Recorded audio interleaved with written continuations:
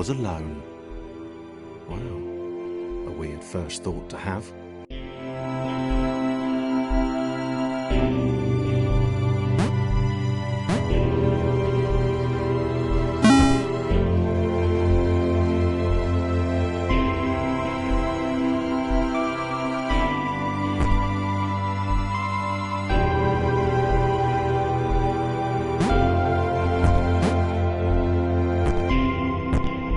Thomas decided to start listing his observations for posterity.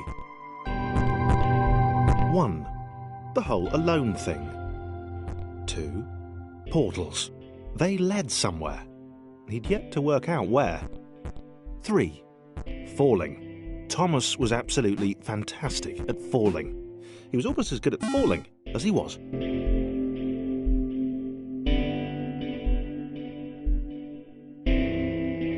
Okay, interesting. Thomas couldn't fall past this block. Think, damn it, think! What if there was some kind of inverted fall? A big jump. But Thomas noted there was no real danger in missing it. The world didn't want him to fail here.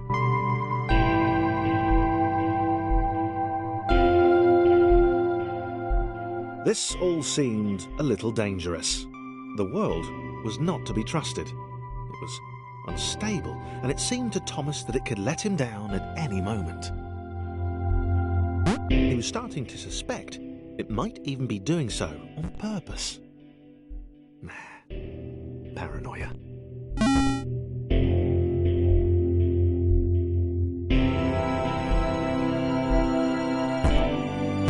Thomas wondered whether the portals were actually taking him anywhere. He felt like he was making progress, but there wasn't really any way to know.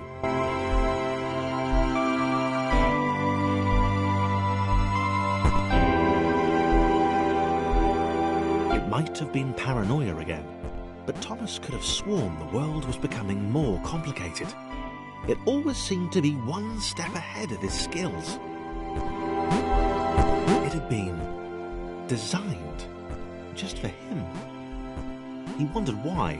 Was the world testing him? No, too obvious.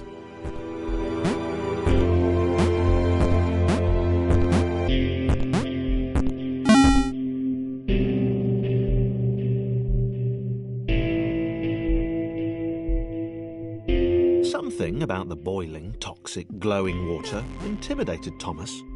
He didn't like it. He certainly didn't want to swim in it.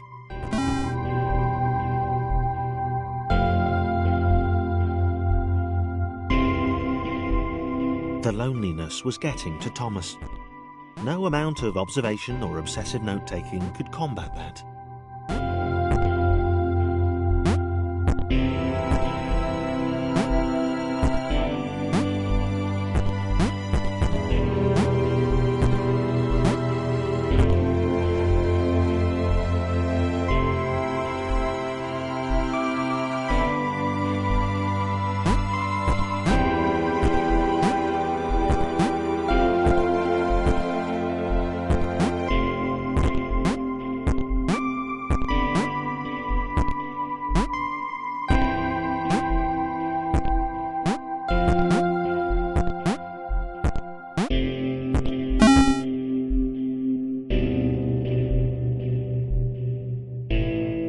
Thomas had a new theory. The world was training him.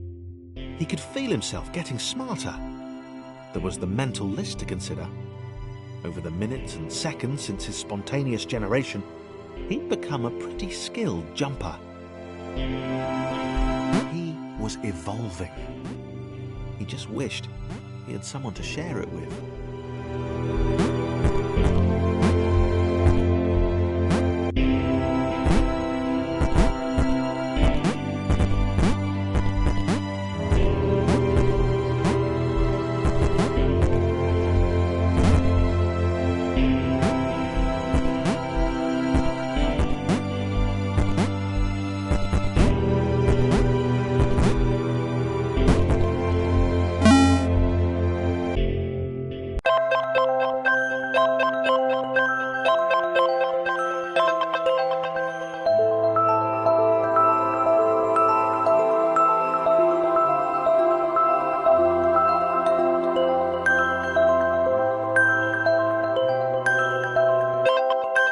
Chris took an immediate and deep dislike to the skinny red rectangle. Who the hell did this Thomas think he was?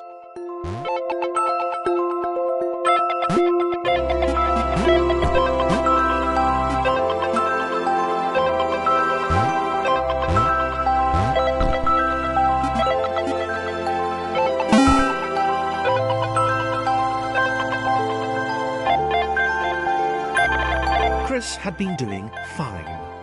He wasn't the highest jumper, but he'd held his own. He'd even been graceful at times. Well, not technically graceful, it's probably the wrong word, but, you know, fine. There was that skinny little runt leaping about like he owned the place.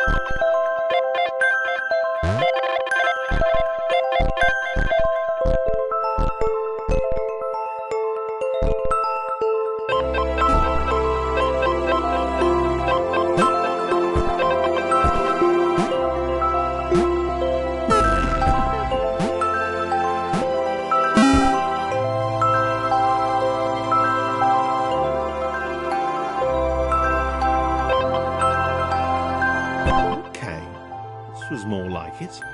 A glowy white thing. Only Chris could get to it, which of course made it all the more enticing. What would it do? What new opportunity might this switch open up to him?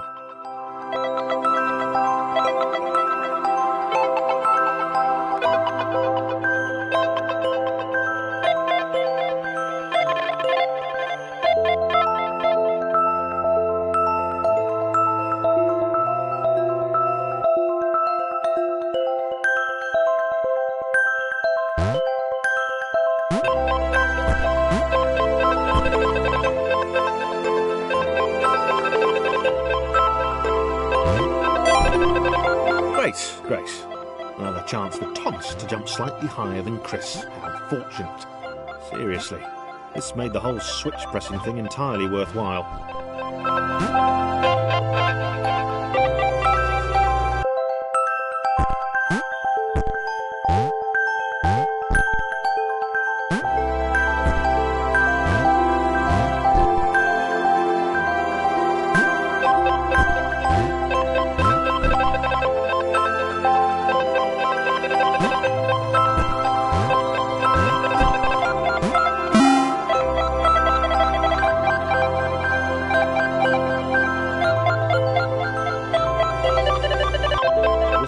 Good?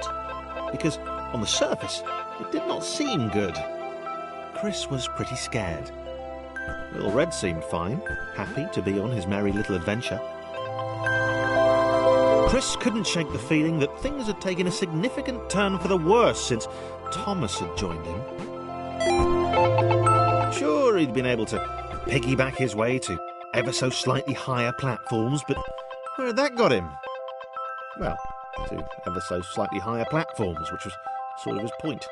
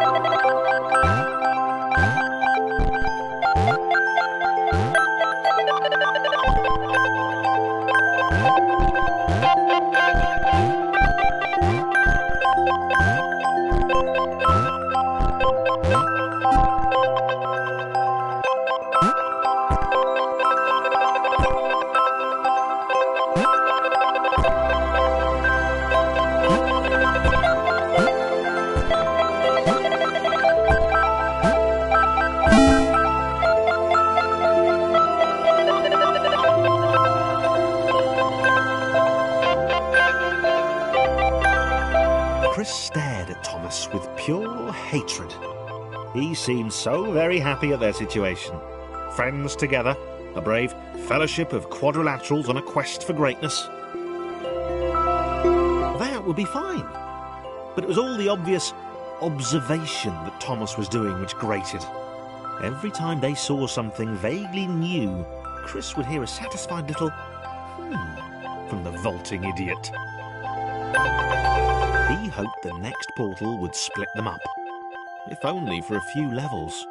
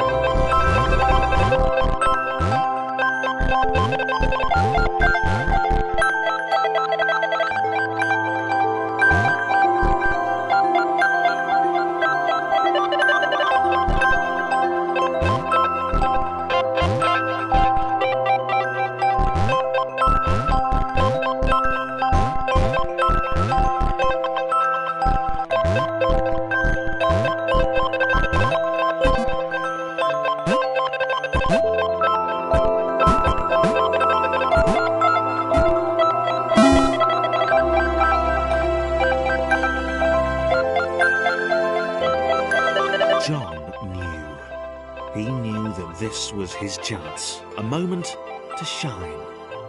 This was game day.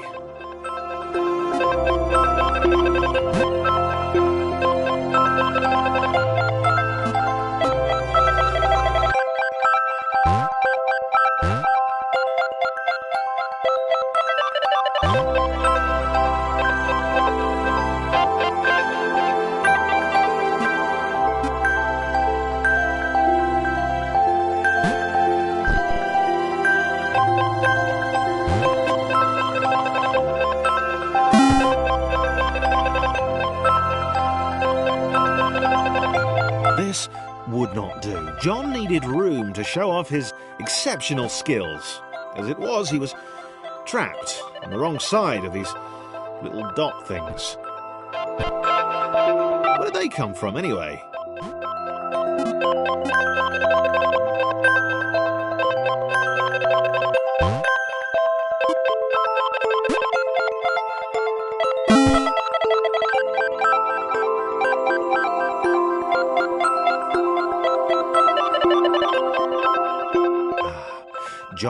inhaled the air of the open space, and it smelled of awesome. Time to flex those muscles, to put his training to use, time to show those little dots how it was done.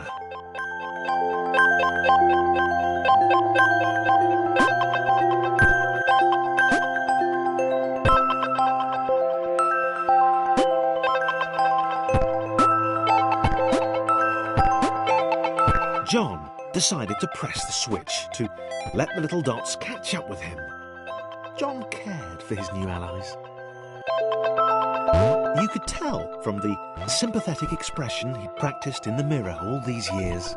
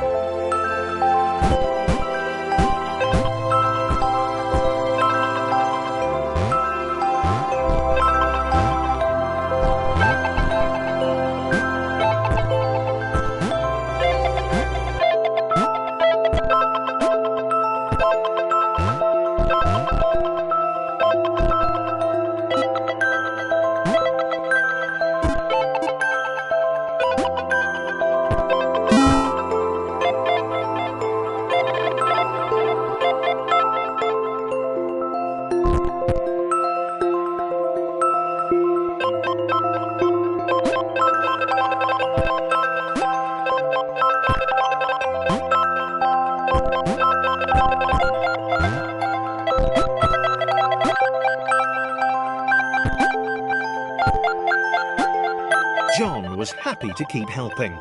He felt it was important to his image that he was seen to help the little guys.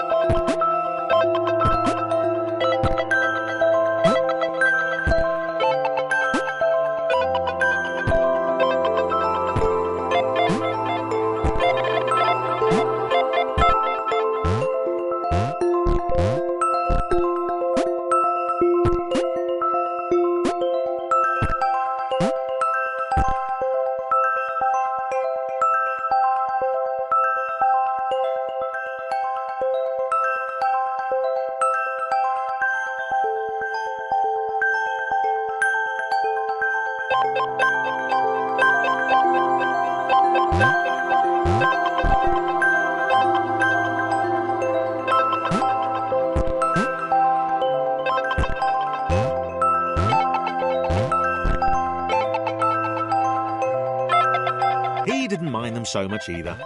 The red one, Thomas, had a charming way of applauding every time John jumped.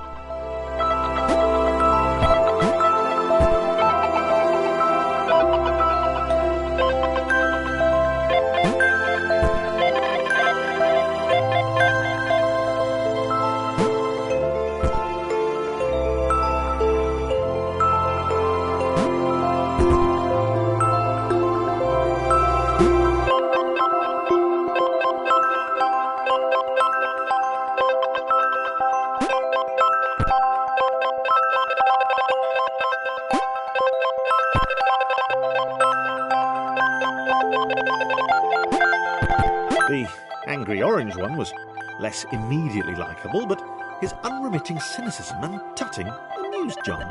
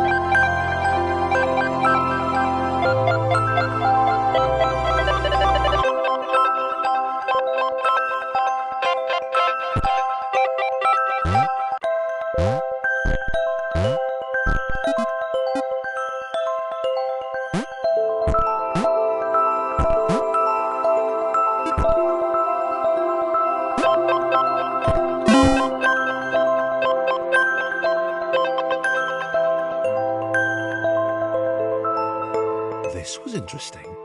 A floating target. This would require coordination, balance, and timing. John was sure the dots would be lost, but he was happy to guide them to triumph.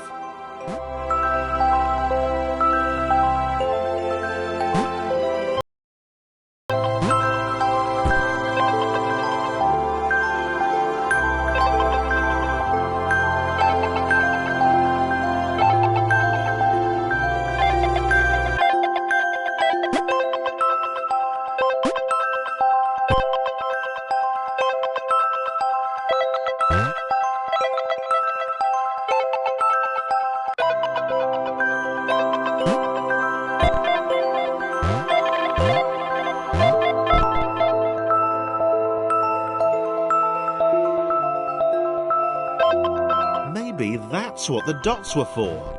They were there to extend John's reach, to make his performance even more impressive. John liked the thought. He decided to keep them.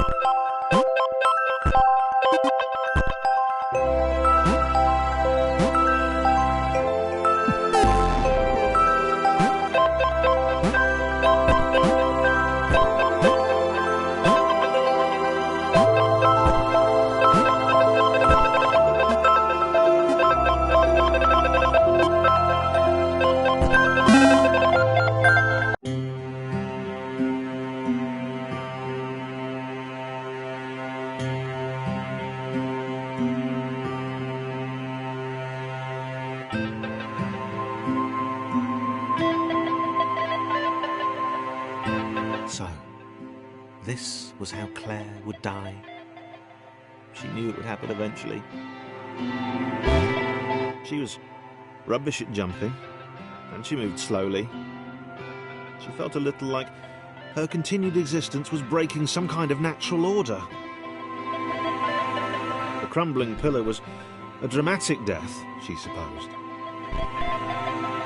Wait, what?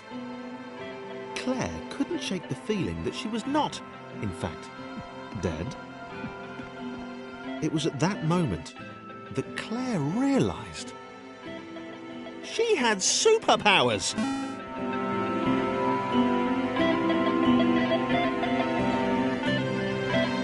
She'd need a cape. There was no getting around that. You couldn't be a superhero without a cape. Claire didn't want confusion. If you saw a cape, that made matters clear. You knew what you were dealing with. Claire was all about communication. And, you know, floating in water, which was her superpower.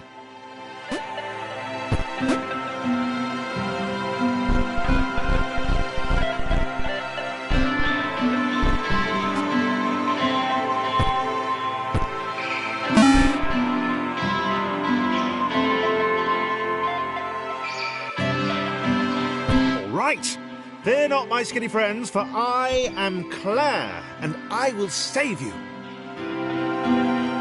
Claire needed to come up with a superhero name as soon as possible. Claire was rubbish.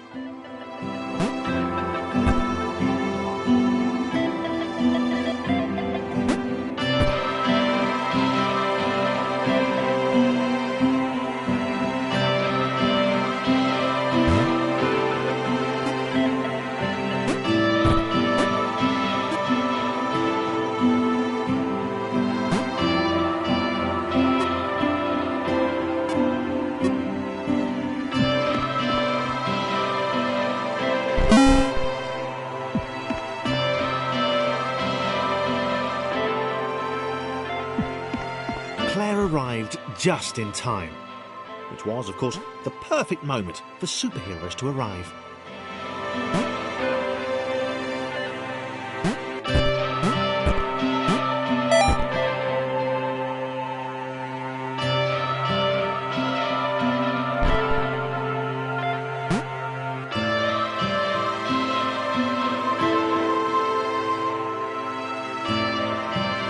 As the water began to rise, Claire vowed to save this little rectangle in as many restarts as it took.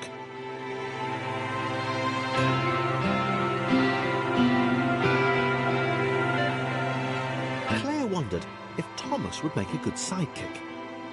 Or was she more the lone Avenger type? She'd like that. The sole hero in a world of rectangles and conveniently placed pools of toxic water.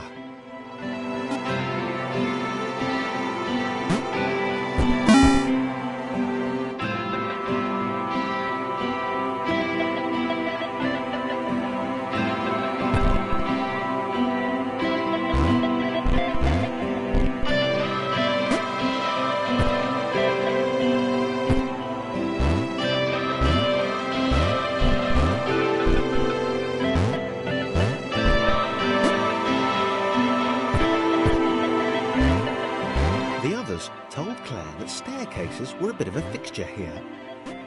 Claire wondered why the world made it so difficult.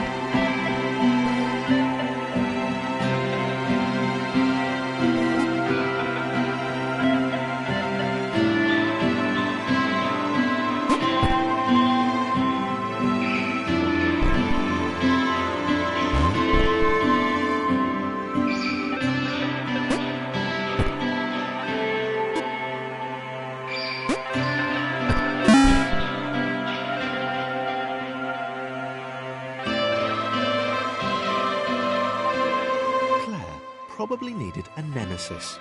A villain who would show their true colours at the worst possible moment, hurting all she held dear. Chris was the most obvious choice. He seemed stroppy enough, and his jump was so pathetic that it conveniently avoided Claire's insecurities. Yes, Chris.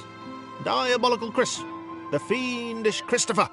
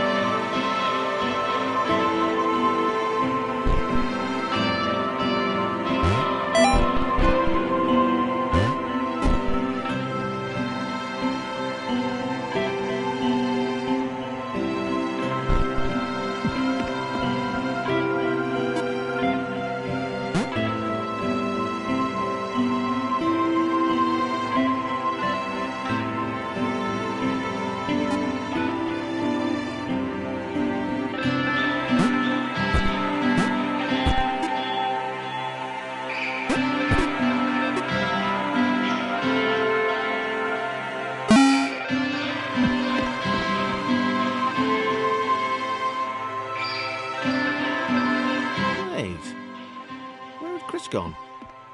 Was he off somewhere, plotting Claire's downfall?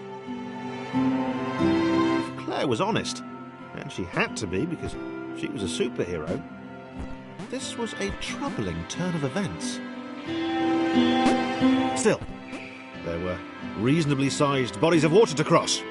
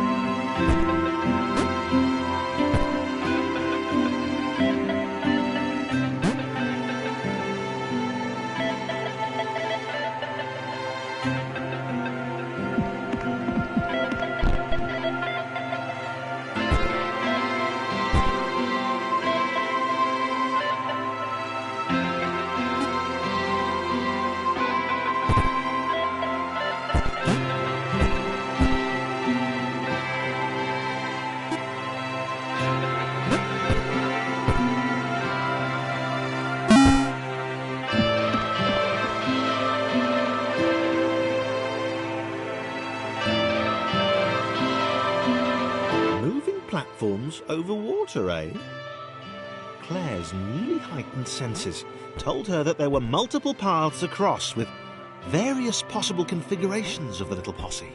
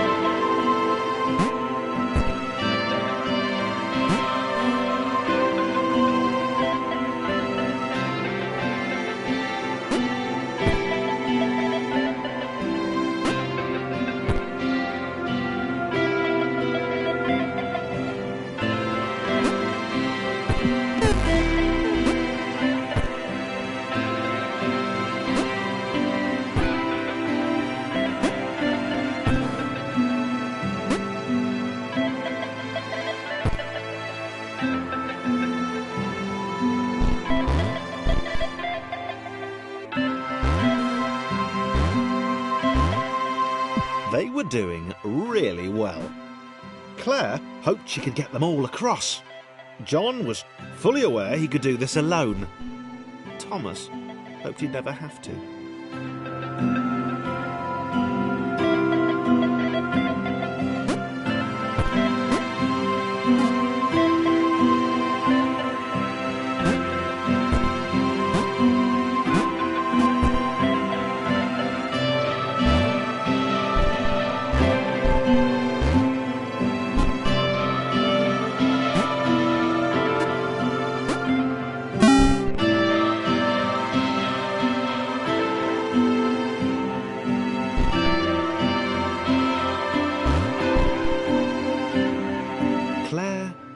alone.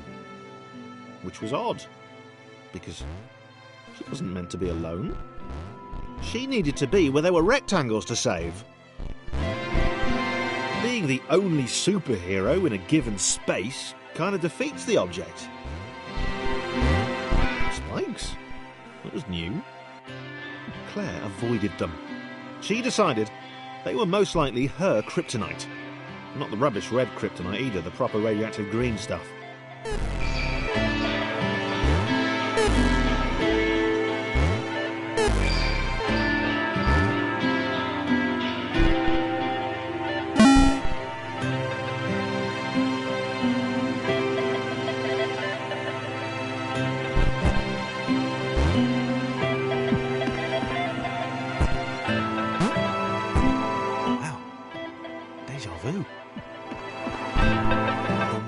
Repeating, and this time Thomas was here.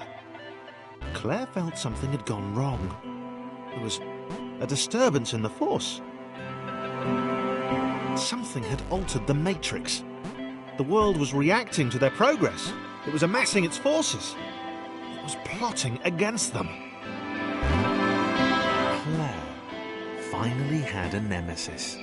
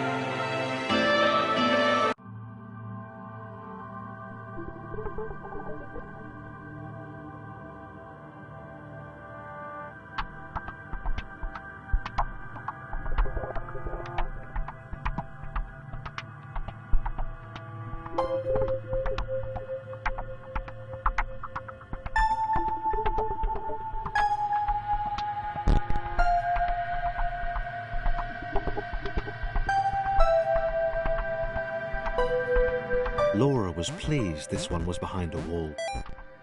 Maybe he'd never know what she could do. Maybe they could just have a conversation. Hang out.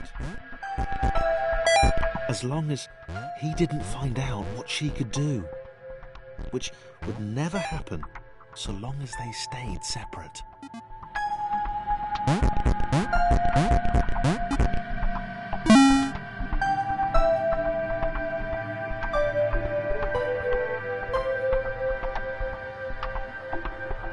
Laura didn't have time. Pixel cloud.